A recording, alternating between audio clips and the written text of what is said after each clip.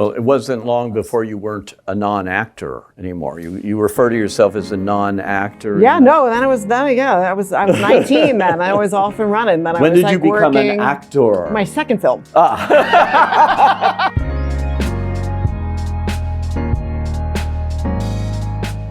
Still, I do care about them in my own way, so much. When they're fast asleep, I can still feel connected to them. The umbilical cord still holding us together. In the deep of the night, I can remember them as little boys. But most days, I hardly recognize them. It's like I'm looking through my life through fogged up glass. There's distance between us. And my husband, excluded. I never get enough from Jose is all. I had Lyle and Erik, and they took Jose away from me. Those boys are always trying to steal the love of my life. Welcome to the Actor's Side today. I'm really excited because this is a first-time Emmy nominee, which is kind of surprising when you look at her career and think, oh, she's been nominated a few times. But no, for Monsters, the Lyle and Erik Menendez story on Netflix. This is Chloë Sevigny, and congratulations. Thank you. First Emmy nomination. First time, second time going. I've only been once before with Big Love when it was nominated as a show. See, now this is where I got confused because I thought you had won for Big Love, and you did. You won the Golden Globe.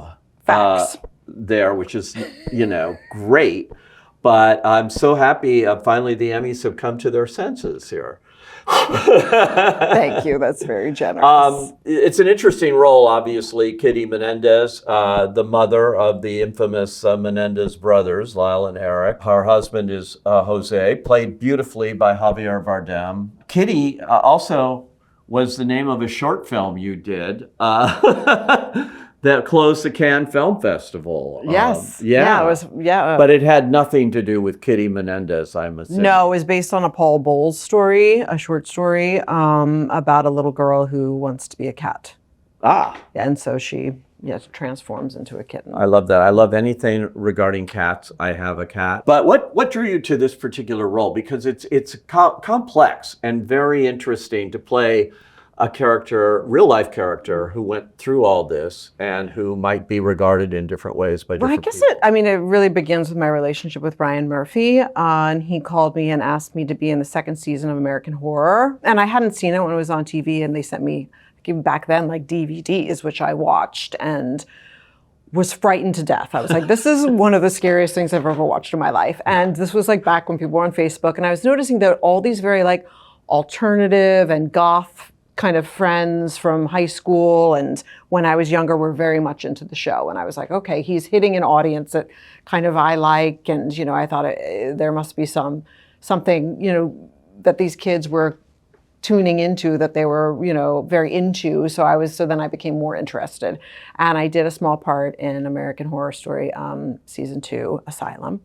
And then he asked me to come back another season, which I did, just because the show was like huge and hitting so many people, and I was getting all these new fans, and they were all these like cool kids that were into weird stuff. And it's everywhere. Yeah, and then we did Feud, and which is a Capote versus the Swans, and yes. You played CZ Guest. Yes, yeah. And I'm so into him as a creative force in Hollywood. I think he's always, creating these challenging conversations and examining people and events and things that, are not always pleasant, but I think often like move the needle and create these conversations that I think are important. Yeah. And so he called me about Kitty, and we had just wrapped on Feud, and he's like, I have you in mind for this part. And he's like, there's going to be this one kind of capsule episode where you really get to, do something very dramatic that I think you have in you that people don't often give you the opportunity to do. And so I signed up right then and there. Like, yeah. And so when you take on a role like that, what's your process as an actor here? What do you do? What's the first thing you do when you know I'm going to play Kitty Menendez? Well, I try to find as much literature, but there's some books that aren't the greatest. And then I was also reading a lot of Dominic Dunn's pieces for Vanity Fair on the case. And I was watching a lot of the court testimonials, which were very upsetting. Yeah. And then because of the conceit of the show and how each episode kind of was like a different person's almost point of view of the character, which was the most challenging aspect for me as an actor, because you're always looking for the kernel of truth. What's this character's truth? But you're playing different truths every episode, which was very, kind of disconcerting and challenging, but fun. A fun part of playing. I don't know if fun is the right word, but so there wasn't like one real story. Plus, nobody really knows what happens. No. So the research was kind of muddled in that sense. Yeah. Yeah. So I just had to kind of commit to the scripts and the story that each script was telling, and kind of just try and make sense within that, or like, why would she behave in these, surprising and upsetting ways in so many of it, like. Exactly, because so much of what we see of Kitty here is through the POV of the sons and different ways that we're learning about her from the point of view of others, and as for her too. Right, or what others claim she was. Exactly, which I thought was interesting. Yeah. And it's a great way to approach a story like this, where you don't really know everything in those lives. But there is a lot about both parents. And I talked to Javier Bardem about it too, and he said it's a fine line to walk, because you don't want to be blatantly bad, but you also, it's a gray line. Yeah, I mean, there's some things that are just unforgivable, and you realize, why these boys would have been, drawn to do this. Yeah, or pushed to the limit. In doing the research, there was, claims of abuse at Kitty with her family, and so we're just kind of more thinking about it as a examination of a cycle of abuse, and, Jose was apparently abused too, and, just... Yeah, examining like, a woman in that position and how she feels and how she'd grown up in that, and, not thinking she has anywhere to turn, and why do women then ignore that, or, if it's in their family, how could, and you hear stories and read about it all the time, these kinds of cases of abuse in families, and it's so hard to wrap your head around why a woman wouldn't want to save her children or stop it, or, it's unfathomable to me, and so to try and get in that frame of mind was really challenging and disturbing. And like, there's a scene where she's walking down the hallway and she hears it and she doesn't do anything. She just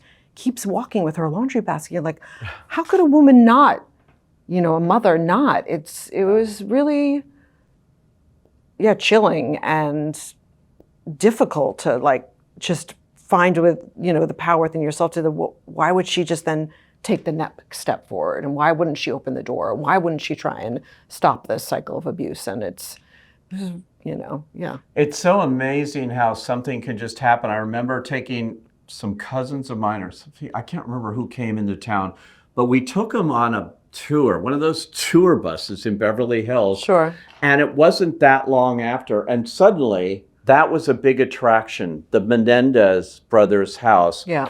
Instead of, well, here's where Lucille Ball lived and all of this. Suddenly, that was what they were touting. Right. Well, it was a tabloid fodder. Instant fame. Yes. The way this business tends to be and things like this. But this show has been seen globally on Netflix and now nominated for 11 Emmy Awards, which says something about the way it was produced and the way it was presented, because it could have been completely exploitative. Sure. Could have just come out and done it straightforward instead of... I mean, I think it has been done in the past a few times in that manner. Yeah. It's been told time and time again. Yeah.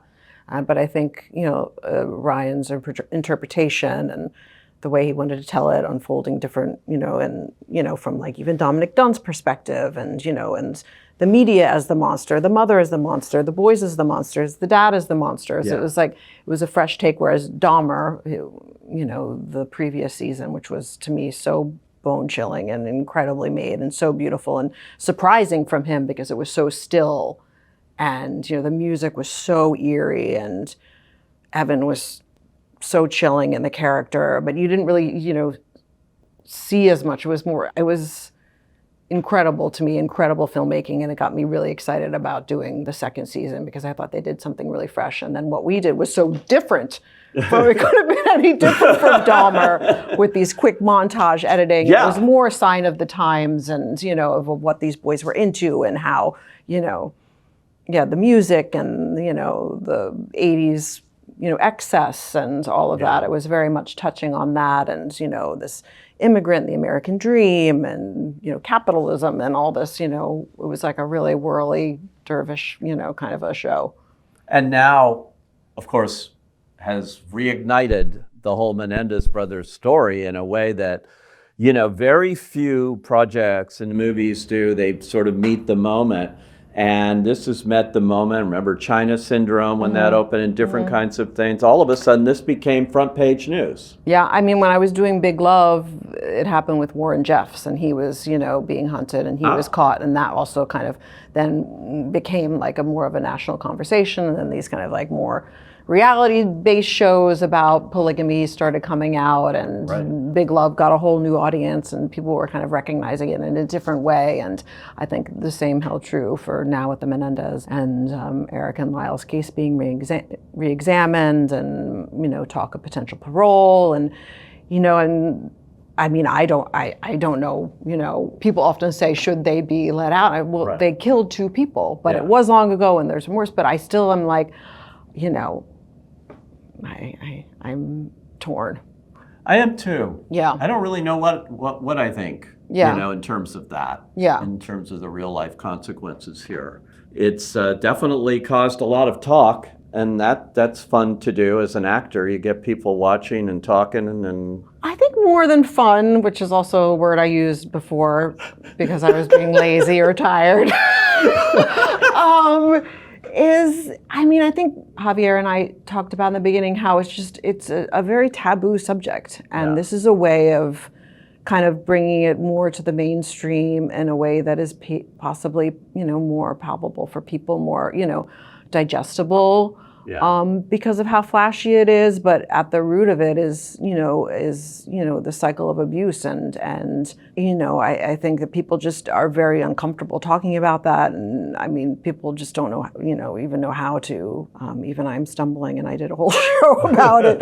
I saw and reviewed the movie Bonjour Tristesse. Oh, okay. Yes, nice. I did, and I love going to the French Riviera and that kind of thing, and took me back. To the Otto Preminger version, but it was quite different, actually, in its own way, and very different. I always say that Durga was writing on Bonjour Tristesse instead of doing an adaptation of. Yeah. That's interesting, and you were great in it. I loved the character and the way she you. came in, and with those characters, it's the kind of movie you don't see much anymore. No, I think there was something really interesting about the pacing of that, and how languid it was and slow. You're like on this holiday with them, and I mean there is drama, and my character brings it, obviously. Well, you totally bring it. Look who's in town. I think it's finding its audience, and the filmmaking is really beautiful, and the story is very classic, and of course the novel is very beloved. So I think people are going in there and they're very surprised by it, and I'm proud of it, and I think Durga's an amazing new talent. So it's made it's Francois exciting. Sagan hot again. Yeah, well, it's also the anniversary of the book, or was. So So all of that. I went back and watched this movie called A Certain Smile, which she also wrote. Oh, okay. Too, from the 50s. Yeah, it was a big Fox CinemaScope, beautifully made movie. Anyway, that was good. And now After the Hunt is going, we just found out, to the Venice Film Festival. Not in competition, though. Luca Guadagnino, the director, who you've worked with before, did not want it to be in competition. Oh, didn't he? Yeah. Huh. So, well, he's Italian. Or he did, I don't but know. somebody didn't. Maybe one of the studios, or I don't know. It was Amazon. Oh, okay. Yeah. Why wouldn't they want to be in competition? That's a good question, and we'll call them after this interview. Maybe they don't want to lose. And we will demand the answer to this. I think, Luca is Italian, and he's really loved at that festival. And I mean, I've been there with him before with Bones and All, a movie with Timothy Chalamet and Taylor Russell, and I had a small part in that. And he's like a rock star in the streets of Venice. It's amazing. He has a huge fan base, obviously, of Italians who call me by your name. And I think young people are just very excited about him as, an Italian filmmaker that, they can all really, get behind and be proud of as an Italian. And it's exciting to see him there in his home, on his home turf. Yeah. Well, it's got a great cast, Julia Roberts and Andrew Garfield and you. And what do you play in it?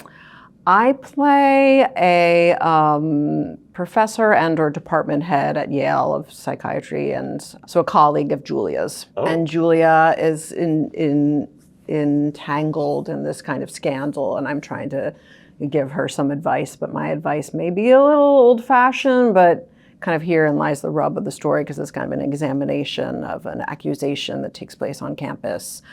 I think it's interesting in this kind of post-Me Too movement to kind of dive deeper into these conversations around that.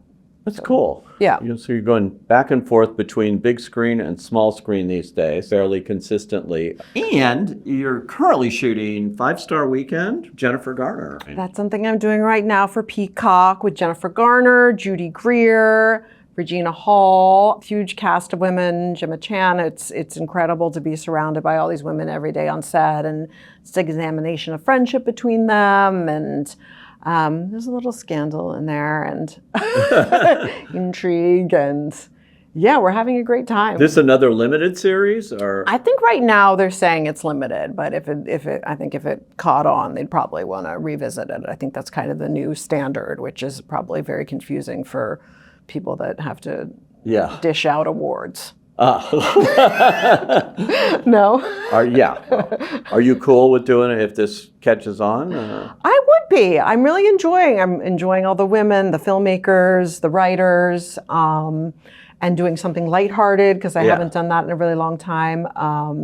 If ever, maybe. I'm joking to all my friends, it'll be the first time my mom can walk through the grocery store and not have to have an uncomfortable conversation around what her daughter is in on television. Yeah, well, it is an interesting filmography, to be sure. I mean, the choices, and I mean, I could go on all day with a lot of these. It started with kids, which actually... Well, it actually started when I was in kindergarten, and my mom brought me to see Annie on Broadway. Okay. And then I was like, this is what I want to do. So much so that I pursued being in like commercials, and I did some after school specials, and I had an agent, and she would bring me into New York for auditions. And then when I was kind of entering puberty, I had to have my teeth moved around, and I got these like fake bridges like with teeth to go in auditions. So I'm like, this is getting hectic. And I was facing a lot of rejection, and she was having to take a lot of time off to bring me in, and the cattle calls were massive for like, child acting in the 80s in New York, especially for commercials and the kind of things that my agents were sending me out on. And she's like, listen, you can do this summer theater camp, which I was heavily involved in, and always starring. And the school plays and stuff, but you're gonna have to wait to do this professional business until you're 18. And I now commend her for making that choice and thank her. I think it's harder and fewer and far between for child actors to bridge into adult acting. But so then I was still pursuing it. I was doing music videos and stuff when I was in high school and trying to figure out a way to get into the business of acting. And moved to New York City, and luckily was cast in this movie, Kids. My friend had wrote it, my best friend, Marie Karine at the time. And originally I was cast in a smaller role, one of the sidekicks, I think her name was Joy. And they had a professional actress that they had cast in the main role. And they started doing some light rehearsals, and they're like, oh, actually, she's standing out more amongst all the real kids, as an actress. Yeah. So they decided to replace her, and I got the gig. This is like positively all about Eve. Whoa, that's how you got your first role? It was my lucky break. Right, clutch from the arms of the other Canadian actress. Well, it worked out. It did. I don't know if it Luckily, worked I mean, out it really for- worked out for Rosario, also, who was plunked off the street for that film, Rosario Dawson. They had met her on a stoop. She was just sitting there, and Harmony walked by and saw her and was very struck by her. She's very beautiful and charismatic, and has had an incredible career. And I think that me and Harmony have been able to, keep it going. I think because we were so lucky that we came from really like strong families with a lot of support, and people that believed in us and propelled us. And even Kerry Woods, who produced that first movie, he introduced me to my first agent, Frank Federoli, who I still work with. And I think there was a lot of follow through, which I think is really important when you're working with non-actors. And I think it's always an interesting argument, whether it's opportunity or exploitation. And I think having the producer really see that I was getting these opportunities. I'm going to introduce you to a manager. I'm going to introduce you to an agent. We're going to get you PR. And, we were dealing with the whole Miramax machine back then in the 90s, which was massive as well. Oh, sure. And Yeah. so to have all of them kind of like helping guide us was very appreciated by me, and I think, and said a lot about them as who they were. And Well, it and what they wasn't thought long of us. before you weren't a non-actor anymore. You refer to yourself as a non-actor. Yeah, no, then I was 19 then. I was off and running. Then I When was did you become working an actor? My second film. Because it was directed by Steve Buscemi. It was called Trees Lounge. Oh, sure. It was his Yeah. directorial debut. And Totally I know was it. getting to work with him and Lorraine Bracco and Carol Kane and Seymour Cassell and all these incredible character actors that I had grown up, admiring and I was obsessed with, and working alongside Buscemi, who to me could do no wrong. His choices, him as an actor, I'd always admired him and aspired to have a career such as his. So I felt like I'd really kind of like established myself with my second picture. Yeah, with your second. And you really established yourself, and mainly indie films, but very high-end, I would say, indie films, from Lars von Trier and all the kinds of things you did. And of course, Boys Don't Cry. I just read today it is the 25th anniversary of Killer Films, and they're doing a big retrospective. Oh, they are at Metrograph in New York. That was one of their huge, obviously Oscar-winning. You were nominated for Best Supporting Actress for a terrific role. Playing a real-life character again here. Was my first brush with, the true crime genre, which is, it was really heavy then because, I was obsessed with Brandon Teena, and You'd seen the documentary? I'd seen the documentary, I'd read the Playboy piece, and Harmony and I had already been like kind of talking about it, and other friends. I remember Drew Barrymore was interested in playing him, and so it was kind of a story that was around, and I just thought it was so important, and then playing it felt like a huge responsibility, and it was uncomfortable, and I still feel uncomfortable playing real life people. Did you meet the person you played? Lana, no, I didn't meet Lana. You didn't? No. Did you want to? No, I think she wanted like Julia Roberts to play her. Oh.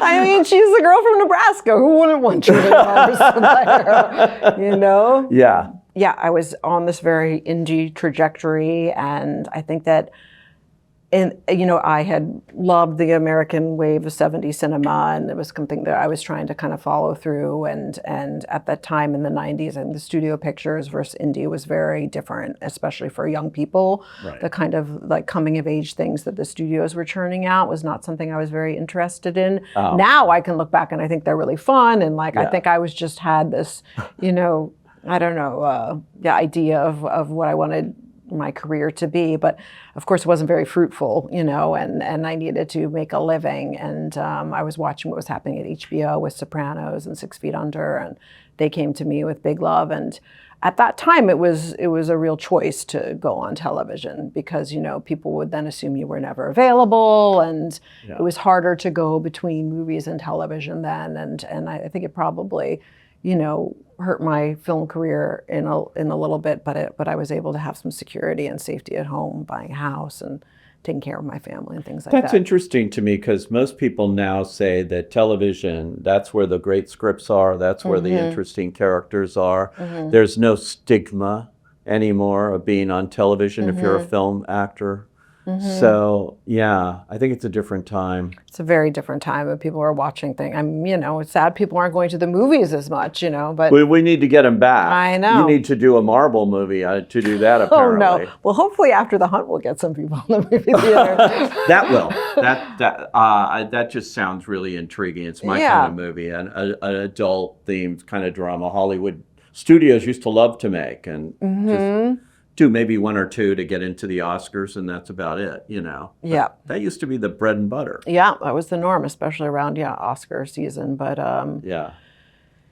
I think there's room for improvement on all fronts. Everywhere. Well, not much in your career. It's so fascinating. I could have talked to you about going all French with Demon Lover, playing Lizzie Borden, another fascinating character. One of my all-time favorite movies ever, Zodiac. David Fincher, was he fun to work with? Or did you have to do 100 takes? Like Fun again is I remember after the first day, I was like, okay, I'm going to get fired. This is the first time in my career I'm getting fired.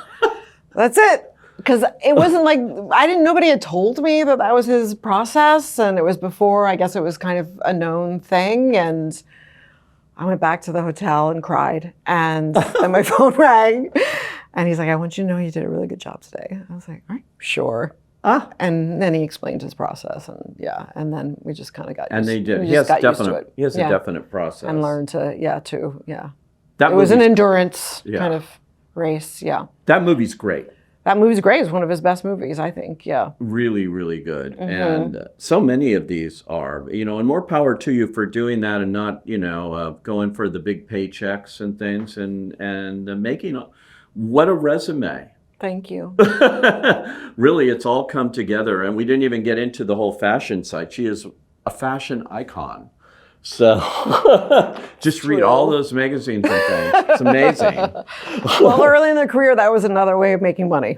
That was. So I kind of, and I also had a lot of friends in the industry, and I was very celebrated because I dressed myself and I had something that they wanted, some sort of cachet. It was like more like I was cast as a personality, for fashion people. Well, you kind of had that new age Lana Turner discovery story too, where somebody saw you wearing something and they said, hey, kid, you want to be in the movies? It's true. They said, do you want to be in a magazine? And then my mom said, only if you give her an internship. My smart mom there again. Yes. Wow. Yes. Okay. That's wild. Yeah. What a career. Amazing. Well, if you haven't seen Monsters, the Lyle and Erik Menendez story, it is currently streaming all over Netflix. 11 Emmy nominations, one of them sitting right next to me, Chloë Sevigny. Thank you so much for joining Thank you me. so much. That was fun. I got off to a rocky start, but... She goes like, I don't do this. I don't do good live. You did great. Thank you.